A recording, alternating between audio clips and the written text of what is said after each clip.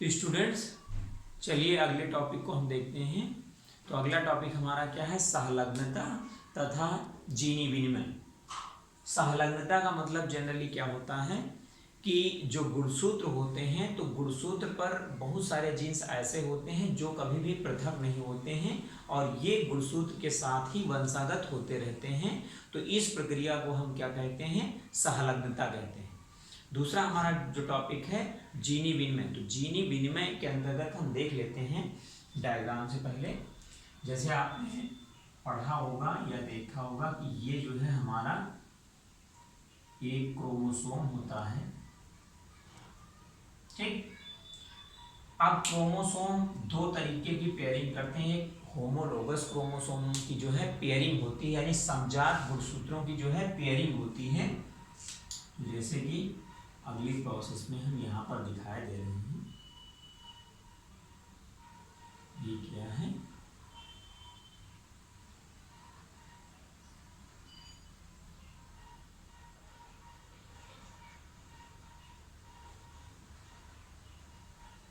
ये यहाँ पर जो है ये क्रोमोसोम है।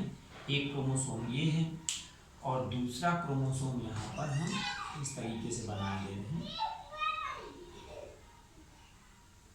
ये दूसरा क्रोमोसोम हम यहाँ पर बना दे रहे हैं।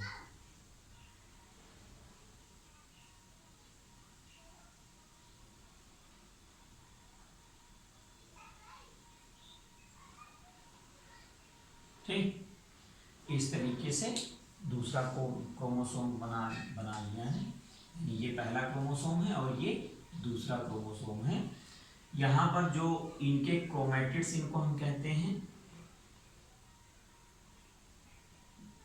यानी अर्ध गुणसूत्र, या इसी को हम क्या कहते हैं? Sister chromatids. ये क्या है? ये सिस्टर क्रोमैटिड्स है। अगर हम यहाँ पर दूसरा क्रोमोसोम बना दे रहे हैं तो इनके जो क्रोमैटिड्स होंगे, ये वाला पोर्शन और ये वाला पोर्शन क्या कहलाएगा? Non sister chromatids. ठीक, ये क्या है? सिस्टर क्रोमैटिड्स हैं, यानी जो क्रोमोसोम एक होता है उसमें दो क्रोमैटिड्स होते हैं, ठीक। और बीच में क्या होता है? सेंट्रोमियर होता है, ठीक। अब देखिए क्रॉसिंग ओवर की प्रक्रिया में क्या है, या जीनी विनिमय की प्रक्रिया में क्या होता है कि जो इनके क्रोमैटिड्स हैं, अब इन दोनों को हम क्या कहते हैं? होमोलोगस क्रोमोसोम, ठीक, यानी समजात गुणसूत्र। ये क्या है? समान जाति के गुणसूत्र हैं, क्योंकि जो प्रक्रिया होती है वो ये है कि जितने भी क्रोमोसोम होते हैं वो ग्रुप में जो है डिवाइड होते हैं। जैसे मानव में जो है 46 क्रोमोसोम पाए जाते हैं या 23 जोड़े क्रोमोसोम पाए जाते हैं, तो ये 7 ग्रुप में जो है डिवाइडेड होते हैं, यानी 7 ग्रुप इनके बनते हैं। तो उसी तरीके से यहाँ पर जो समान ग्रुप के क्रोमोसोम है वो एक पेयरिंग बनाते हैं, यानी एक समूह बनाते हैं। तो यहाँ पर जो है दो क्रोमोसोम है समान जात की और ये आपस में यहाँ पर क्या करेंगे? पेयरिंग करेंगे और पेयरिंग में फिर इनकी शेयरिंग होगी कुछ। तो जो इनके नॉन सिस्टर क्रोमैटिड्स हैं, जैसे कि यहाँ पर हमने दिखाया है, ये क्या है? इनका नॉन सिस्टर क्रोमैटिड्स है। कभी भी ये चीज ध्यान रखिएगा, कभी भी सिस्टर क्रोमैटिड्स के बीच में जो है क्रॉसिंग ओवर की प्रक्रिया नहीं होती है। सदैव जो है नॉन सिस्टर क्रोमैटिड्स के बीच में ही क्रॉसिंग ओवर की प्रक्रिया होगी। तो यहां पर क्या है? देखिए, ये बिंदु जहां पर कटान वाला बनेगा इसको हम क्या कहते हैं? कियाज्मा कहते हैं, ठीक। ये क्या कहलाएगा? कियाज्मा कहलाएगा। और ये सेंट्रोमियर हो गया। अब इनमें क्या होगा? इनमें इधर वाला पोर्शन जो है दूसरे क्रोमोसोम पर चला जाएगा और उधर वाला पोर्शन इस वाले क्रोमोसोम पे आ जाएगा। तो अगले डायग्राम में क्या बनेगा?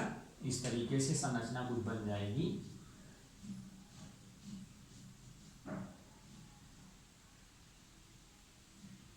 यहां पर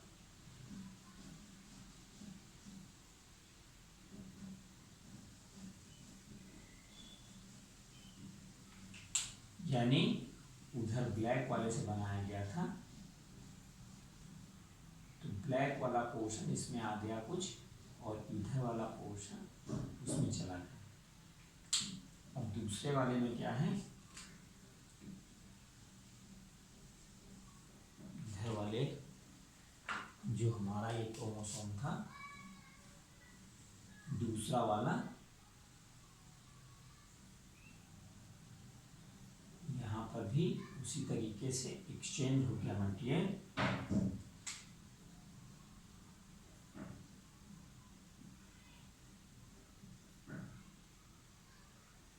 ठीक, अब देखिए इनमें क्या है, जो क्रोमोसोम है क्रोमोसोम फिर से अलग हो गए, यानी जो समजात गुणसूत्र हैं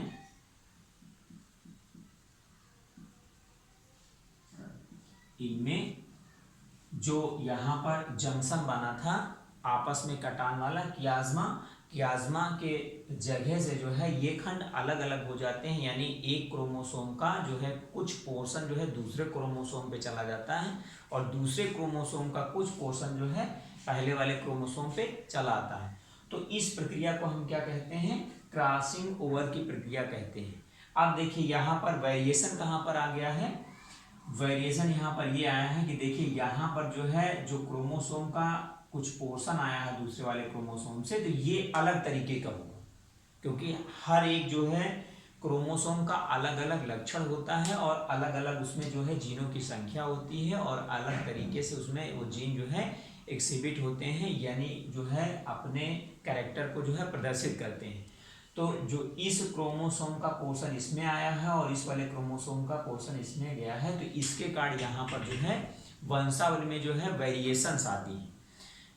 तो ये जो है नेचुरल तरीके से भी प्रक्रिया होती रहती है क्रॉसिंग ओवर की, जिसके कारण जो है एक जो जाति होती है उसमें थोड़ी थोड़ी वेरिएशंस आती रहती हैं और यही वेरिएशंस जब बहुत ज़्यादा बढ़ जाती हैं किसी जीव में तो वो शुरुआती जीव से जो है हट जाता है और वो एक नई जाति बन जाती है, यानी उसमें और पहले वाली जाति में बहुत ज़्यादा भिन्नता हो जाती है और जिसके कारण जो है निरंतर जो है विकास पर्यावरण में होता रहता है।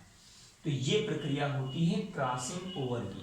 ठीक, तो क्रॉसिंग ओवर क्या है, यानी जो समजात गुणसूत्र हैं, समजात गुणसूत्रों के मध्य जो गुणसूत्र का कुछ पोर्शन है आपस में एक्सचेंज हो जाता है, उसी को हम क्या कहते हैं, क्रॉसिंग ओवर की प्रक्रिया कहते हैं।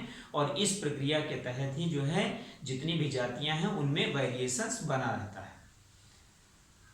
थैंक्स।